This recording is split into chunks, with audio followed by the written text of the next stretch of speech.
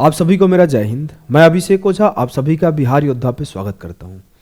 आज हम लोग एएलपी का 30 अगस्त 2018 का पेपर डिस्कस करने वाले हैं। इसके जो भी इंपॉर्टेंट सवाल है मैंने निकाल के लाए हैं, आपको मैं एक एक करके सॉल्व करवाऊंगा। तो पहला काम कि आप पेज और पेन लेकर बैठो।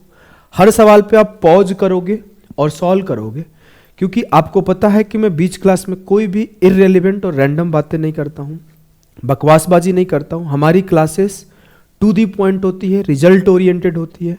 तो मैं सिर्फ पढ़ाऊंगा, आप शांति से पढ़ना। नेक्स्ट, एक आपके लिए स्पेशल गिफ्ट लेकर आ रहा हूं मैं। स्पेशल गिफ्ट में आप ये मत सोचना मैं पेड कोर्स आके बेच जाऊंगा आपको। अगर मेरी कोई बैच आती है तो मैं ओपनली अपना सब कुछ बताता हूं। स्पेशल गिफ्ट जो होगा आपको 26 जनवरी को मैं दूंगा। चलो मैं बता ही देता हूं क्या दूंगा यार, ज़्यादा ना भौकाल वौकाल नहीं बनाने का।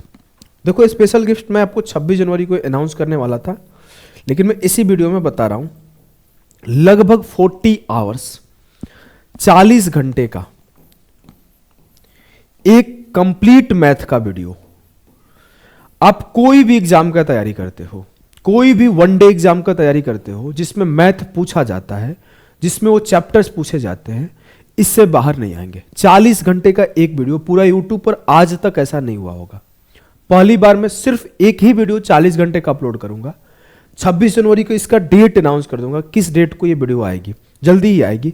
चाहे आप यूपी पुलिस देने जा रहे हो, बिहार पुलिस देने जा रहे हो, रेलवे ग्रुप डी देने जा रहे हो, एलपी देने जा रहे हो, बिहार एसएससी देने जा रहे हो, एसएससी सीजीएल देने जा रहे हो, सीएचएसएल देने जा रहे हो, एग्जाम चाहे कोई भी हो, वीडियो सिर्फ एक होगा और सिलेक्शन सिर्फ इस वीडियो से को पढ़ के अच्छे से नोट्स बना के रिवीजन करने से काफ़ी है, हो जाएगा आपका। तो मैं आपको इसका डेट 26 जनवरी को बताऊंगा। तो आप अगर हमारे चैनल पे नए हो तो चैनल को सब्सक्राइब करो, और जैसे हमारे बिहार के बच्चे हमें सपोर्ट कर रहे हैं, उसके लिए 40 आवर की वीडियो भी कम है। मैं हर तरीके से आप लोगों के साथ जो जो क्लासेस हो पा रही मैं आपको दे रहा हूँ। तो आप आगे हमारी वीडियो को ऐसे ही शेयर करते रहें, चाहे आप फेसबुक पे जुड़े हों, चाहे आप टेलीग्राम से जुड़े हैं, चाहे आप कोई भी प्लेटफॉर्म से जुड़े हों, आप हर जगह हमारी वीडियो को शेयर करो। और आगे आपको कौन सी क्लास चाहिए मैं आपको वो भी आप कमेंट करके बताएं, मैं वो भी लेकर आऊँगा। अभी के लिए ये आपको 26 तारीख को अनाउंस करके बताऊँगा। चैनल पर नए हो तो सब्सक्राइब कर लेना और वो बेल आइकन का प्रेस कर लेना बटन, जिससे आपको पता चल जाए कब ये वीडियो आएगी। चलिए स्टार्ट करते हैं इस सेशन को बिना किसी टाइम पास के, फटाफट से। देखिए,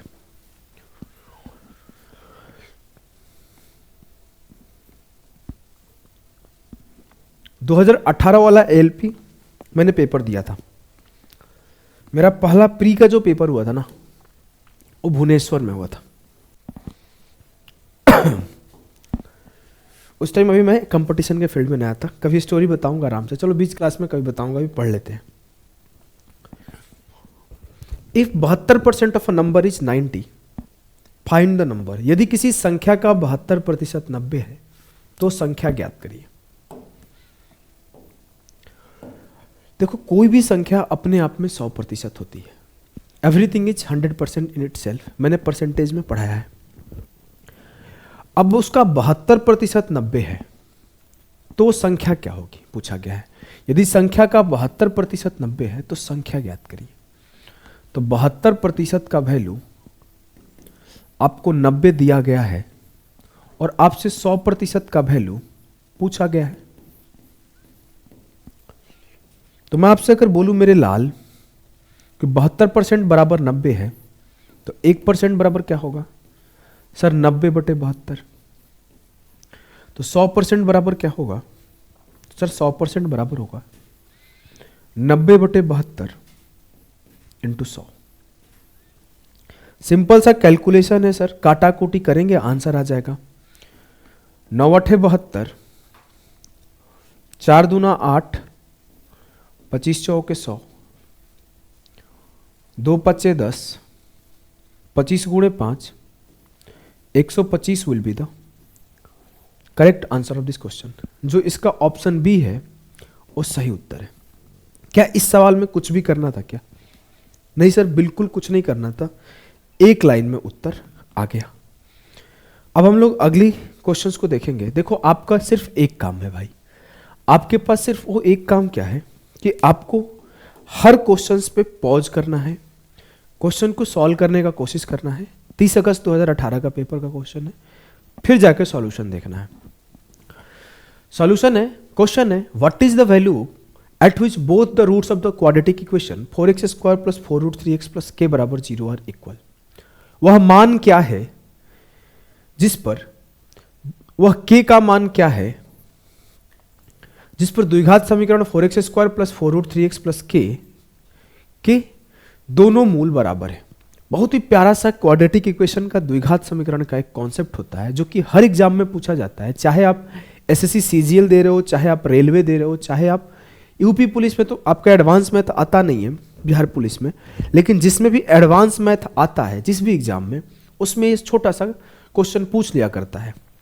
आप बस याद रखना कि जब दोनों मूल बराबर हो, लिखो आप नोट्स लिख सकते हो, जब दोनों मूल बराबर हो, when both the roots are equal then b², जैसे आप यहां से लिखो x² plus bx plus c बराबर 0।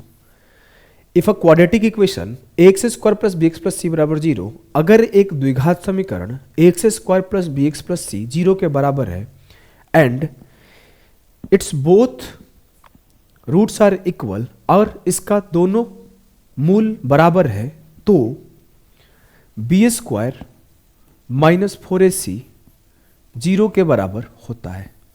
Then b² minus 4ac equals to 0। अब देखो यहां पर अगर मैं बोलूं कि इस इक्वेशन में a b c क्या है, तो आप बोलोगे सर इसको आप वेरीफाई करा लो, कंपैरिजन करा लो। तो मैंने बोला 4x² plus 4√3x plus k बराबर 0।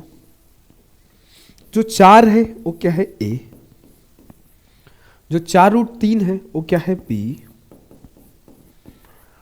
और जो k है वो क्या है c।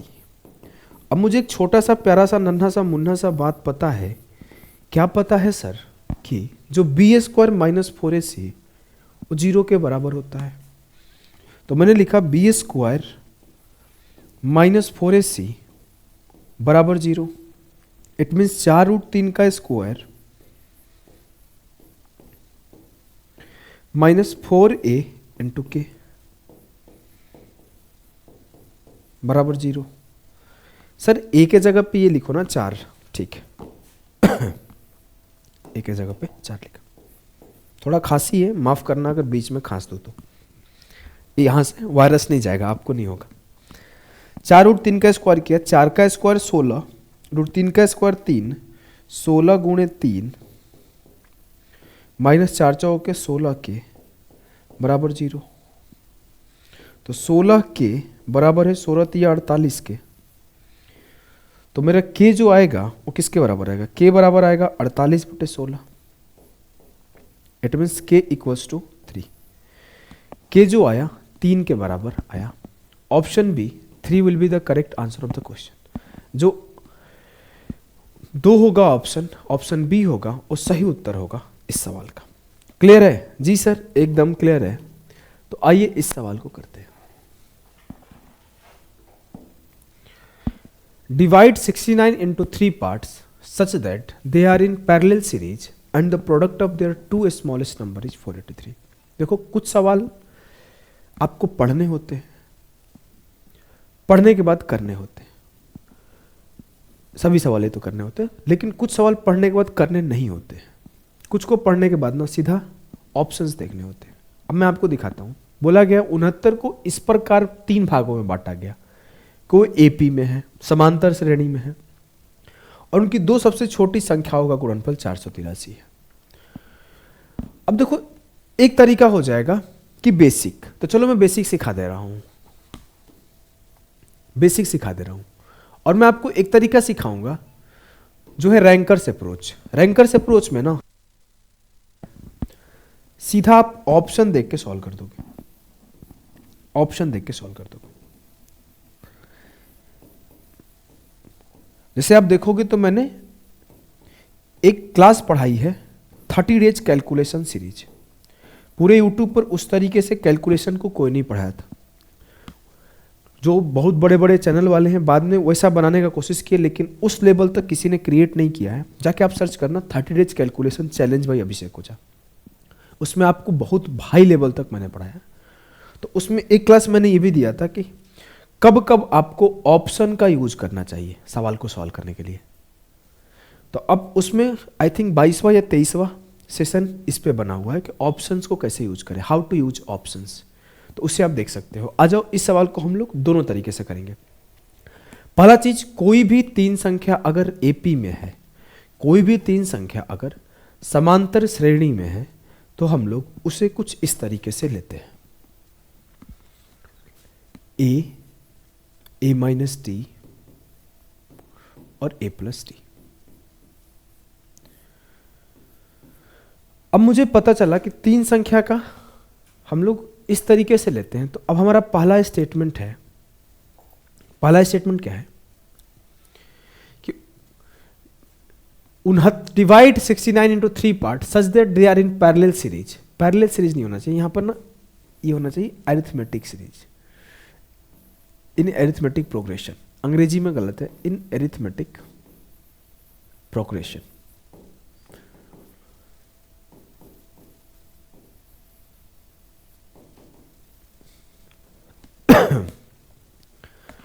अब इसका मतलब ये है कि इन तीनों का जो सम है मेरे लाल, इन तीनों का जो सम है मेरे लाल वो 69 के बराबर है। जी सर, तो मैंने तीनों को जोड़ दिया, ए माइनस डी प्लस ए प्लस डी बराबर हो जाएगा 69।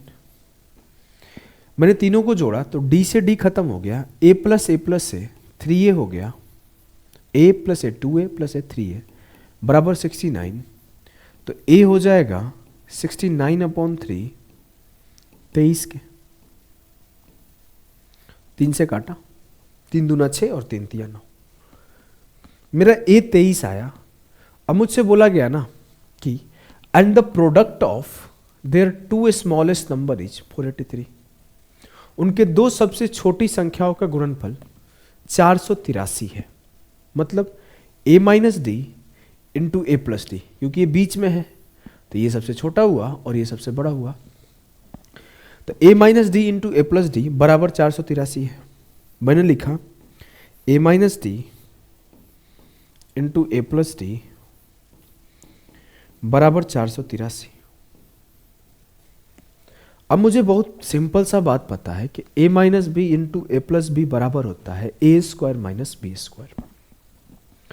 तो ये हो जाएगा a square minus d square बराबर 483। अब मुझे एक बात और पता है कि जो ए का वैल्यू है वो 23 है, तो मैं लिखा 23 का स्क्वायर माइनस डी का स्क्वायर बराबर 483। 23 का स्क्वायर क्या होता है मेरे लाल, 529 माइनस डी का स्क्वायर बराबर हो जाएगा 483। डी को उधर ले गया और 529 से 483 को घटाया, तो डी के स्क्वायर बराबर होगा 529 माइनस 483। तो डी स्क्वायर बराबर हो गया 9 से 3 गया 6, 12 से 8 गया 4, 9 से 3 गया 6, 12 से 8 गया 4। ये पॉसिबल है क्या? कुछ गलत नहीं लग रहा है इसमें? हमें तो लग रहा है ना कि इस सवाल में कोई गड़बड़ है। डी स्क्वायर बराबर 46 नहीं हो सकता है। 17, 19 और 27, 9 7 63। देखो मेरे ख्याल से ना इस सवाल में एरर है, छोटा सा टाइपिंग मिस्टेक है। बताऊं कहाँ पे मिस्टेक है? चलो मैं बताता हूँ मिस्टेक कहाँ पे है। यहाँ पे 483 की जगह पे 493 होना चाहिए, तब जाके ये सॉल्व हो जाएगा, तब जाके ये सॉल्व हो जाएगा। देखो क्या होता है ना, कई बार छोटे मोटे सवाल में एरर होते हैं। हो सकता है ये एग्जाम का एरर हो या फिर हमारे टाइपिंग वाले भैया भी एरर कर सकते हैं। अब मैं तो सवाल रट्टा लगा के आया नहीं हूँ, ऐसा नहीं है कि मैं इस सवाल को घर से याद करके आया था। तो हो सकता है गलती छोटा मोटा मिल जाए तो माफ़ करना। तो अगर मुझे मिला क्या कि 493, देखो 493 पे कैसे सही हो जाएगा, मैं पकड़ कैसे लिया ये भी आपको बता देता हूँ क्योंकि डी स्क्वायर जो आएगा ना वो किसी ना किसी स्क्वायर नंबर के बराबर आएगा, और 46 ना रख के 36 रखने पर वो स्क्वायर नंबर मिल रहा है। 9 से 3 गया 6 और 12 से 9 गया 3, तो d बराबर हो रहा है स्क्वायर रूट ऑफ 36 बराबर 6। और एक और तरीके से मैंने पकड़ लिया था कि जब मैं ऑप्शन से सॉल्व कर रहा था तो 493 आ रहा था मल्टीप्लाई होकर।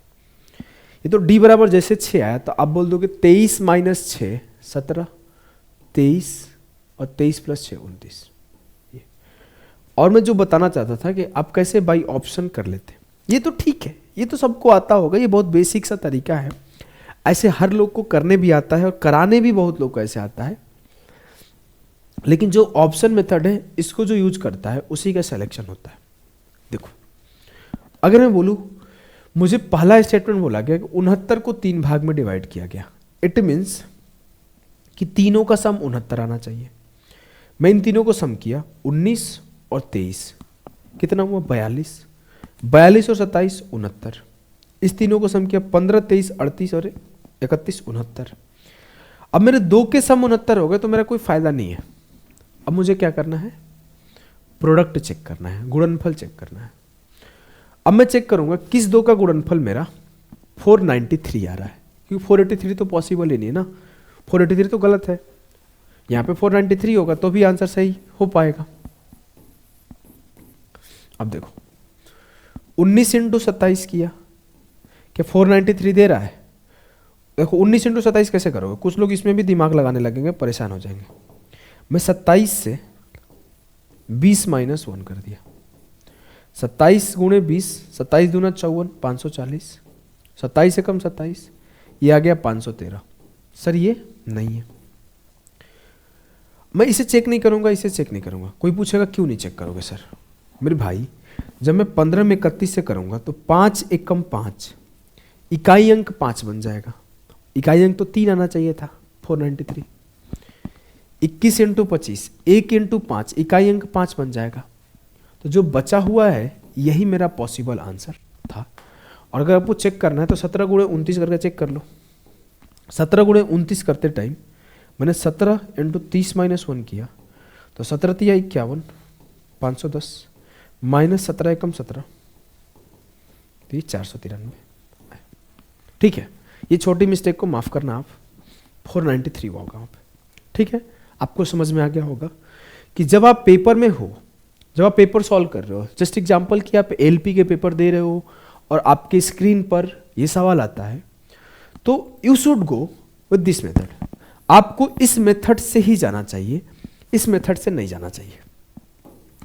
अगर आपको सिलेक्शन लेना है, सिलेक्शन लेने वाली अप्रोच ये है, टॉप करने वाली अप्रोच ये है। जो टॉपर्स होते हैं ना वो इस अप्रोच को लगाते हैं, टॉपर्स इस अप्रोच को नहीं लगाते हैं। मैंने 3 4 5 बार इस एक एग्जाम को क्लियर किया हूं। जैसे आप एसएससी सीजीएल देखो तो मैंने 3 बार क्रैक किया, सीएचएसएल क्रैक किया, सीपीओ क्रैक किया, रैंक लाया। तो मुझे पता है कि जो ये सब मेथड होती है ना, ये सिलेक्शन ओरिएंटेड होती है। तो आपको ऐसे मेथड पे काम करना होता है। ये मेथड पे काम करोगे भाई तो आपका लर्निंग तो होगा, आपको बेसिक क्लियर तो होगा, लेकिन परीक्षा नहीं निकलेगा। परीक्षा निकालने का अप्रोच ये होता है। और मैं हमेशा एक चीज पे फोकस रहता हूं कि आपका परीक्षा में बैठे हो तो परीक्षा कैसे निकले, परीक्षा वाली अप्रोच क्या है, इस सवाल को सॉल्व करो। The concentration of 3 wines A, B and C are 10%, 20% and 30% respectively. They are mixed in the ratio 2:3:x, resulting a 23% concentration solution. Find the value of x. 3 wine A B C की सांद्रता 10%, 20% और 30% है। उन्हें 2:3:x के अनुपात में मिलाया जाता है, जिसके परिणाम स्वरूप 23% एकाग्रता समाधान होता है। x का मान ज्ञात करिए। देखो वेटेड एवरेज मैंने बोला ना, 30 डेज कैलकुलेशन चैलेंज मैंने पढ़ाया है। मैं क्या करूंगा, उसका लिंक कमेंट में पिन कर दूंगा। ठीक, अगर मैं लिंक पिन करना भूल जाऊं तो आप सर्च कर लेना 30 डेज कैलकुलेशन चैलेंज। मैं चैलेंज के साथ कह देता हूं कि ऐसा आपको पूरे यूट्यूब पर नहीं मिलेगा, अभी तक तो नहीं है, आगे अगर कोई कॉपी करता है तो पता नहीं। इसमें एक कॉन्सेप्ट है, कॉन्सेप्ट ऑफ वेटेड एवरेज, वो भी 20वां 21वां दिन का है, ऐसे कुछ 18 या 19 के बाद या 27वां दिन होगा, जो भी होगा। देखोगे कॉन्सेप्ट ऑफ वेटेड एवरेज, उसको जाके पढ़ोगे तो आपको पता चलेगा क्या लेवल, उसको भी सिखाया हूं मैं। आज मैं इस वेटेड एवरेज को सिखाता हूं। इसमें एक कॉन्सेप्ट और लगता है, कॉन्सेप्ट ऑफ डेविएशन। मैं डेविएशन यहां पे नहीं सिखा रहा हूं, सीधा मैं वेटेड एवरेज सिखा रहा हूं।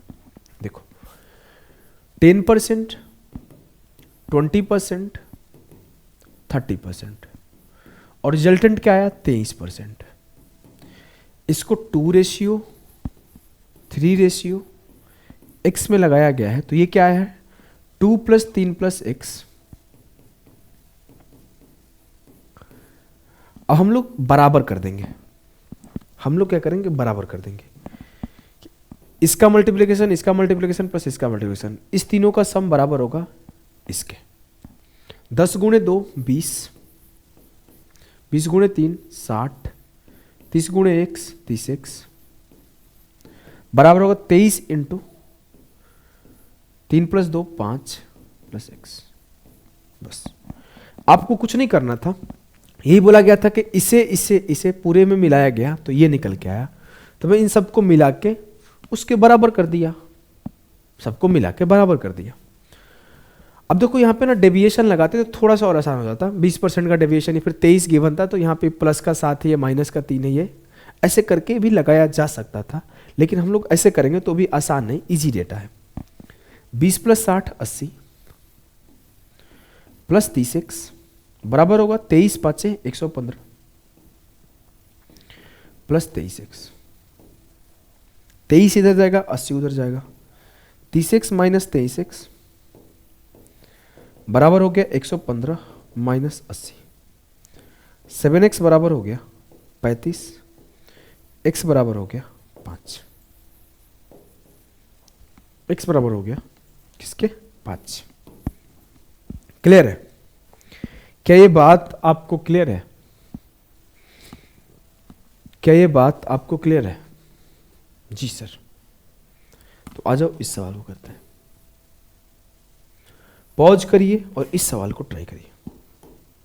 चलो पॉज करो और इस सवाल को फटाफट से ट्राई करो, बताओ क्या आएगा इसका आंसर। सवाल है, selling a used phone for 6160 fetched Rajan 44% less than what he spent on buying it a few years ago.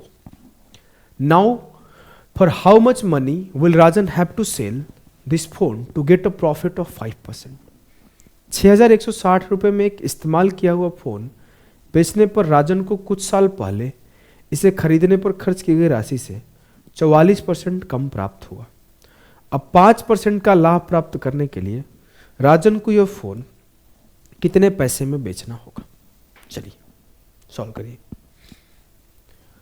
अगर मैं आपसे बोलूं मेरे भाई मेरे यार, तो आप समझना, कोई भी चीज़ होता है अपने आप में 100% होता है, कोई भी चीज़ होता है अपने आप में 100% होता है। जो फ़ोन का प्राइस होगा खुद में 100% होगा, CP इज ऑलवेज 100%। जो क्रय मूल्य होता है किसी भी आर्टिकल का, चाहे वो पेन हो, चाहे वो कपड़ा हो, चाहे वो माइक हो, चाहे वो चश्मा हो, वो 100% होता है। अगर वो 100% होता है तो जो फोन खरीदा होगा वो भी 100% होगा। जी सर। अब बोला है कि 100 से 44% कम में वो बेच रहा है, तो 100 - 44 करो, 100 - 44 करो, कितना आया 56%। तो बोला जा रहा है कि आसान भाषा में ऐसे बोला जाएगा 44% कम में बेचा जा रहा है, या फिर वो 56% में बेचा जा रहा है। लेकिन वो 56% में बेचा जा रहा है क्या? नहीं, वो 6160 रुपए में बेचा जा रहा है। तो 56% बराबर है 6160 के। तो आप ये बोल सकते हो, अगला लाइन, कि अब 5% का लाभ प्राप्त करने के लिए, तो सीपी क्रय मूल्य अभी भी 100% है, अभी भी 100% है। अब इस पे 5% का लाभ चाहिए, तो अब उसे कितना में बेचा जाएगा? 105%। कितने में बेचना पड़ेगा? तो पहले 56% में बेचा जा रहा था, अब 105% में बेचा जा रहा है। इट मीन्स 56% का वैल्यू मुझे पता है और 105% का वैल्यू मुझे निकालना है। इसका मतलब यही है ना कि 56% का वैल्यू मुझे दिया हुआ है और 105% का वैल्यू मुझसे पूछा है। तो मेरे लाल, मेरे गुड्डा, मेरे गुड़िया, 1% का वैल्यू क्या होगा? 6160 बटे 56। तो 105% का वैल्यू क्या होगा? 6160 बटे 56 इंटू 105। कैलकुलेशन करना शुरू करो। 7 8 56, 7 एकम 7, 7 5 35, 8 से काटा, 8 7 56,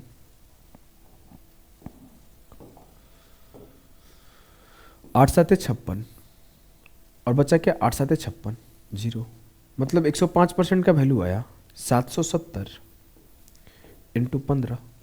मल्टीप्लाई कर दो, 15 7 105 की 0, 0 का 0 हो गया, 15 7 105 की 5, कितना बचा? 10। 15 7 105 और 10 115, तो 11,550 रुपये will be the correct answer. 11,550 रुपये will be the correct answer of this question. क्या ये बात आपको क्लियर है? जी सर, एकदम क्लियर है। चलिए इस सवाल को करते हैं। क्या है ये सवाल? The cost of 4 chairs and 3 tables is 2100 and the cost of 5 chairs and 2 tables is 1750। Find the cost of a chair. सवाल ये है मेरे लाल कि 4 कुर्सियां और 3 मेजों का मूल्य 2100 है और 5 कुर्सियां और 2 मेजों का मूल्य 1750 है। एक कुर्सी को मूल्य ज्ञात करिए। बहुत आसानी से कर लोगे। देखो, मेरे से बोला गया है, मैं कुर्सी को C से और टेबल को T से डिनोट कर दिया। तो मैं बोला 4 कुर्सी प्लस 3 टेबल का जो प्राइस आया वो 2100 आया। 5 चेयर और 2 टेबल का जो प्राइस आया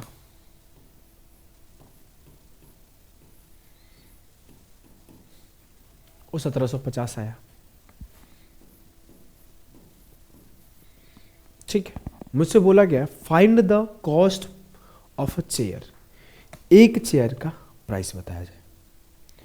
आप इसे जैसे मन वैसे कर सकते हो। कुछ लोग इसे बराबर करके करेंगे। मैं आपको एक चीज दिखाता हूं। आप चाहो तो माइनस करके प्लस करके जैसे मन वैसे कर दो। मैंने बोला इन दोनों को माइनस कर दो।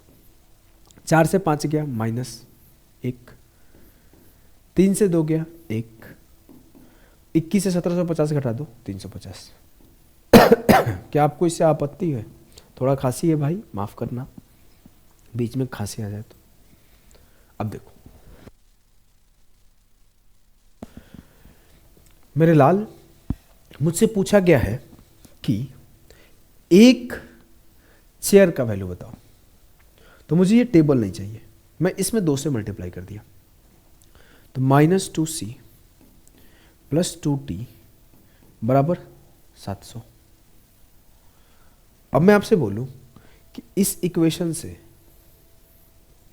इस इक्वेशन को घटा दो। जब मैं 5c से 2c घटाया तो 5c माइनस 2c कितना हो गया? 7c। जब 2t से 2t घटाऊंगा तो कट के 0 हो जाएगा। 1750 से 700 घटाओगे तो क्या होगा? 1750 माइनस 700 1050। 7 से काटा, 7 एकम 7, 7 5 35। तो चेयर का वैल्यू आ गया 150। चेयर का वैल्यू आ गया 150। तो एक कुर्सी का दाम आ गया 150। क्या ये बात आपको क्लियर है? क्या ये बात आपको क्लियर है? जी सर, एकदम क्लियर है। चलो फिर अगले सवाल करते हैं।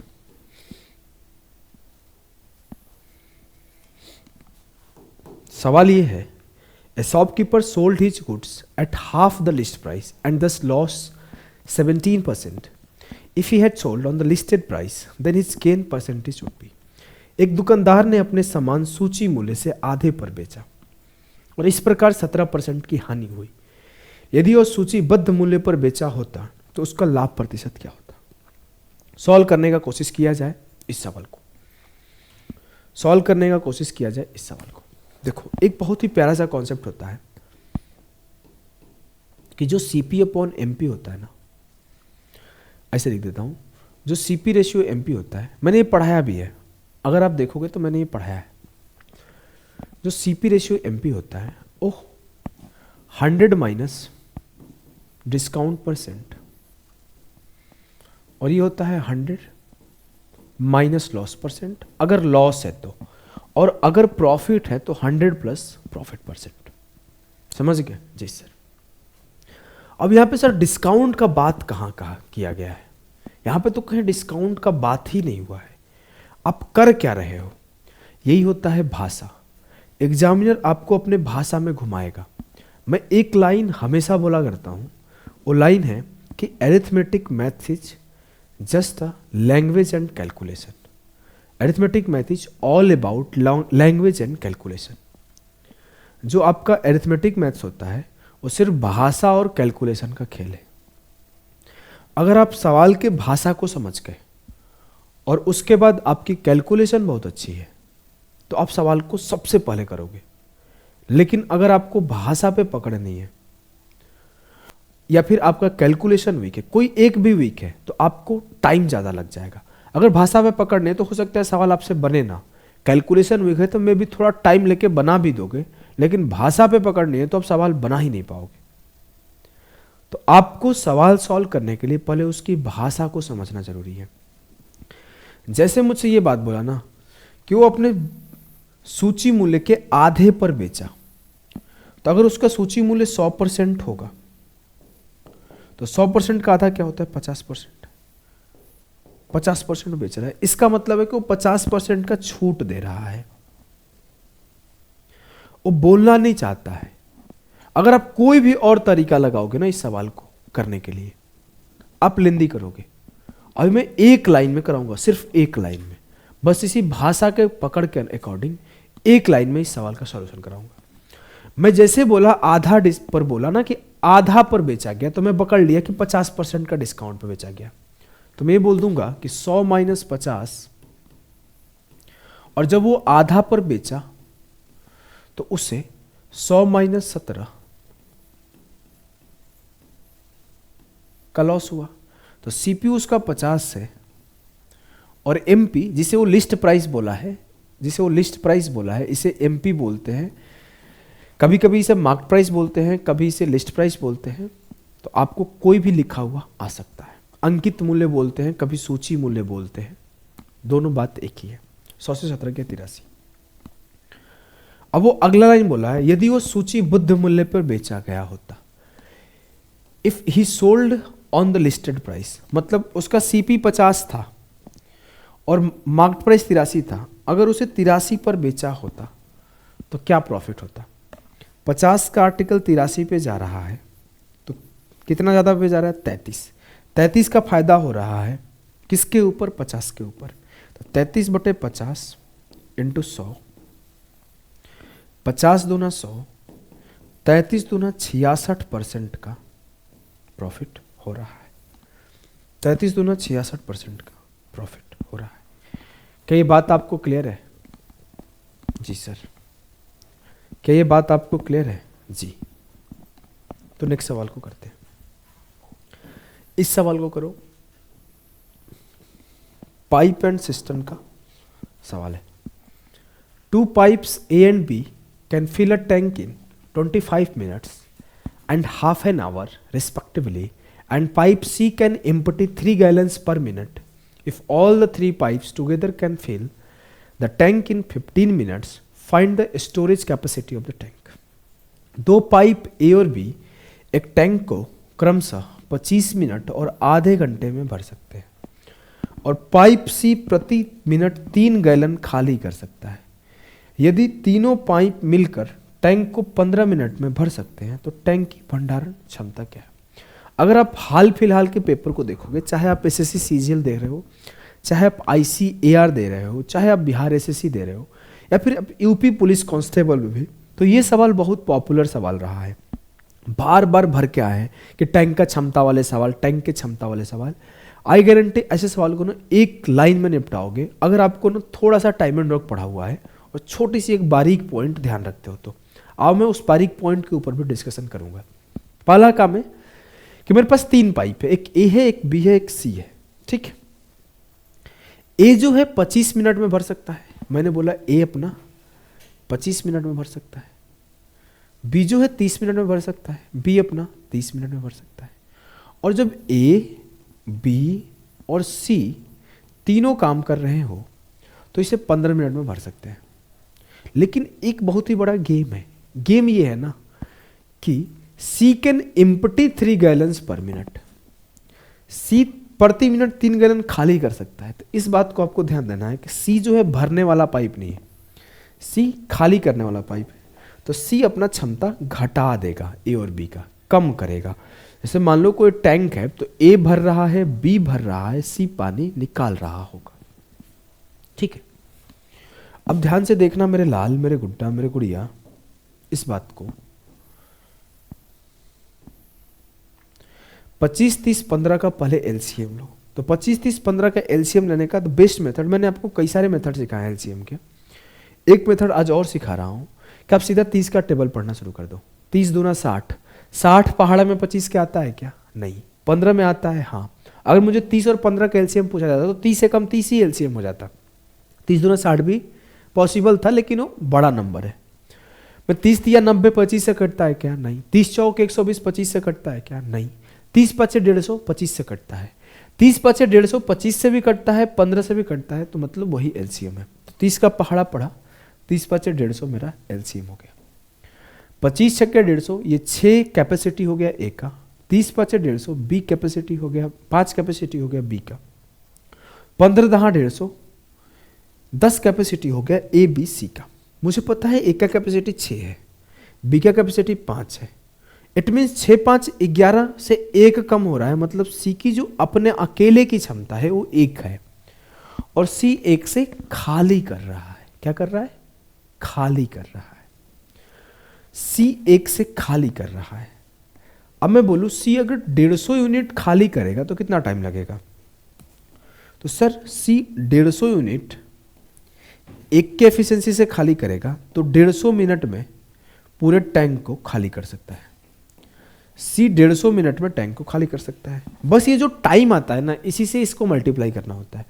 150 मिनट में पूरा खाली कर सकता है और वो 1 मिनट में 3 गैलन खाली कर रहा है। 1 मिनट में 3 गैलन खाली कर रहा है तो 150 मिनट में 150 गुणे 3 450 गैलन खाली करेगा और जो टैंक की क्षमता होगी वो 450 गैलन होगी। क्या ये बात आपको क्लियर है? क्या ये बात आपको क्लियर है? जी सर, एकदम क्लियर है। हमें कोई कष्ट, दुख, दर्द, पीड़ा, परेशानी नहीं है। चलो इस सवाल को करते हैं। ये भी बहुत पॉपुलर सवाल है। A right rectangular box measurement are, pause करके ट्राई किया करो आप लोग। देखो मेरे लाल, मेरे गुड्डा, मेरे गुड़िया, अगर आप ट्राई नहीं करोगे तो आपको कोई बेनिफिट नहीं होगा। मैं आऊँगा, पढ़ा के चला जाऊँगा, तो आप खुद से जब तक पेन घिसोगे नहीं पेपर पे, तो आप अगर ख्वाब देख रहे हो कि मैं एएलपी टेक्नीशियन से जाके रेल चलाऊं, तो नहीं, रेल नहीं चला पाओगे। आपको कलम चलानी पड़ेगी, आपको बहुत ज़्यादा प्रैक्टिस करना पड़ेगा, चाहे वो कोई भी सब्जेक्ट हो, तभी जाके आप सिलेक्शन ले पाओगे। अदरवाइज तैयारी करने की एक बहुत बड़ी भीड़ तैयारी कर रही है, लेकिन सिलेक्शन बहुत बड़ी भीड़ नहीं लेती है। सिलेक्शन एक छोटा भीड़ लेता है, एक छोटे संख्या में बच्चे लेते हैं। तो आप क्या उस बड़ी संख्या के हिस्सा तक ही रह जाओगे या फिर उस छोटी संख्या में आना चाहते हो? अगर आप छोटी संख्या में आना चाहते हो, सिलेक्शन वाली संख्या में आना चाहते हो, तो सवालों को खुद से ट्राई करो, इस सवाल को सॉल्व करो।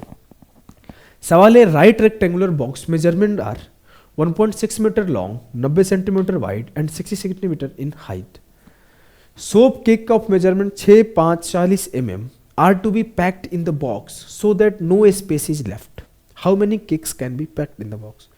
एक सही आयताकार बॉक्स का माप 1.6 मीटर लंबा, 90 सेंटीमीटर चौड़ा, 60 सेंटीमीटर ऊंचाई है, 6 गुणे 5 गुणे 40 माप के साबुन केक के डिब्बे में पैक करना है ताकि कोई जगह ना बचे। तो डिब्बे में कितने केक पैक किया जा सकता है? आप थोड़ा सा इसको समझना। मान लो कुछ ऐसे बॉक्स होगा, थोड़ा अच्छा बनाता हूं यार।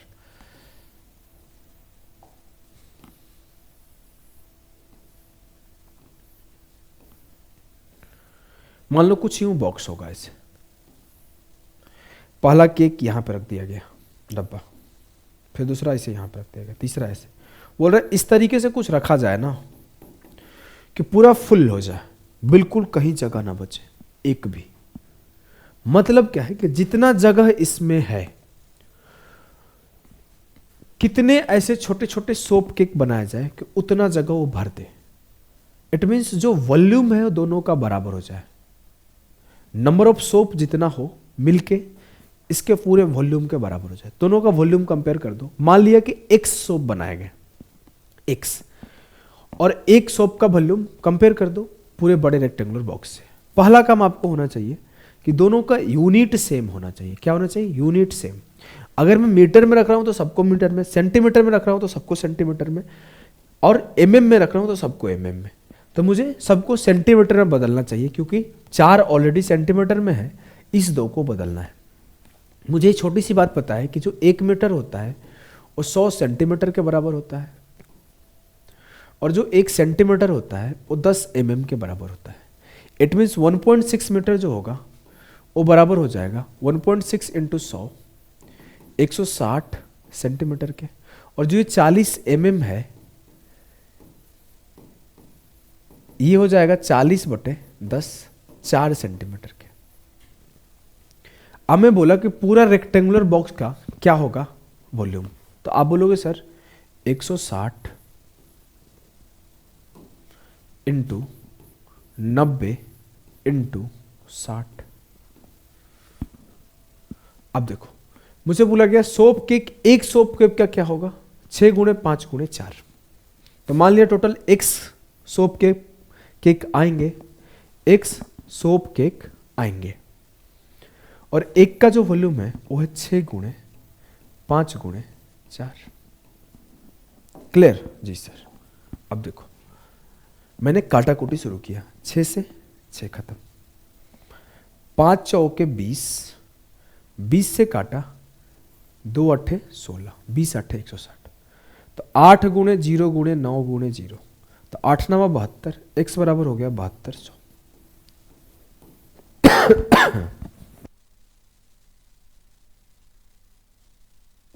सॉरी यार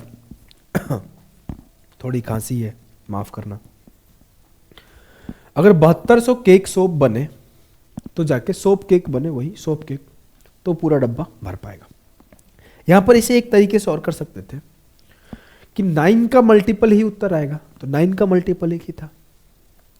यहां पर जो था ना ये 1.6 इंटू 90 इंटू 60 और 6 इंटू 5 इंटू 4, तो यहां पर एक छोटी सी पॉइंट आपको देखनी थी। जो भी आंसर आएगा वो 9 का मल्टीपल आएगा, तो सिर्फ एक ही ऑप्शन था 9 का मल्टीपल, वही आंसर होता। You can go with multiple 2। आप सिर्फ डिविजिबिलिटी चेक करके सॉल्व कर लेते। अभी कल ही परसों, अभी संडे को ही, लास्ट संडे को नंबर सिस्टम की 9 घंटे की वीडियो डाली है, 9.25 घंटे की, उसे जाकर देख सकते हो। Find the average of the prime numbers lying between 69 and 92। 69 और 92 के बीच स्थित अभाज्य संख्याओं का औसत ज्ञात करिए। 69 और 92 के बीच कौन कौन से प्राइम नंबर है? एक 71 है, एक 73 है, 75 है क्या? नहीं सर 75 नहीं है। 77 है क्या? नहीं सर 77 7 से कटता है। 79 है, 81 है क्या? नहीं। 83 है क्या? हाँ है। 87 है क्या? नहीं सर ये 3 से कट रहा है। 89 है। मुझे 71, 73, 79, 83, 89 मिल गए। उसके आगे जाऊंगा नहीं क्योंकि 91 भी नहीं है। 91 13 7 91 कटता है। ठीक है, तो कौन कौन सी संख्या मिला? 71, 73, 79, 83, 89। जब मैं टेंथ में नहीं था, जब 6, 7, 8, 9 में पढ़ता था, तो एक हमारे सर थे, उनके यहाँ जाने पर हर बच्चे से एक ही सवाल पूछते थे, जानते हो क्या? पूछे, बता पाओगे? बता पाओगे? वो बोला करते थे ना, 69, 71, 72 में कौन बड़ा है? और जल्दीबाजी में सब 69 बोल देते थे। से मान लो पूछ दिया जाए अचानक से 69, 71, 73 में कौन बड़ा है, तो सब 69 बड़ा है सर, जबकि 69 छोटा है, 71 बड़ा है, 73। वो हर बार ये गलती ना करवाते थे। तो मेरे से पूछे थे तो मैं भी गलती किया था, शायद याद नहीं है। फिर कोई भी टीचर के पास जाएगा तो बच्चे के साथ गार्जियन भी जाते थे, गार्जियन से बोलते थे यही तो आपका बच्चा पढ़ा है, अभी मेरे यहाँ पढ़वाइए, मैं उसे टॉपर बना दूंगा। फिर 1-2 और सवाल पूछा करते थे। एक पूछते थे ट्यूशन का स्पेलिंग बताओ, ट्यूशन पढ़ने आए हो, ट्यूशन का स्पेलिंग बताओ। सभी लोग गलती किया करते थे, तो फिर वो भी इस बात पे भी बहुत डांटते थे। मुझसे बोला गया सबका औसत बताया जाए।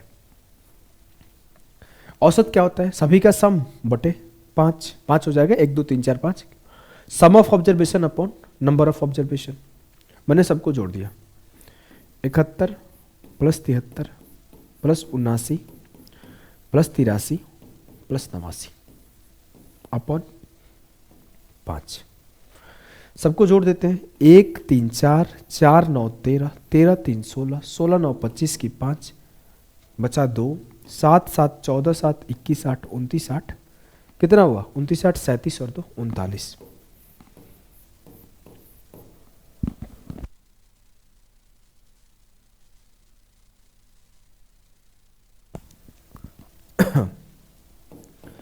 $395 को 5 से काटो, 5 7 35, 5 9 45, उत्तर आपका 79 आएगा। 79 will be the correct answer of this question. Clear है? जी सर, एकदम क्लियर है। चलो इस सवाल को करो, आखिरी सवाल ये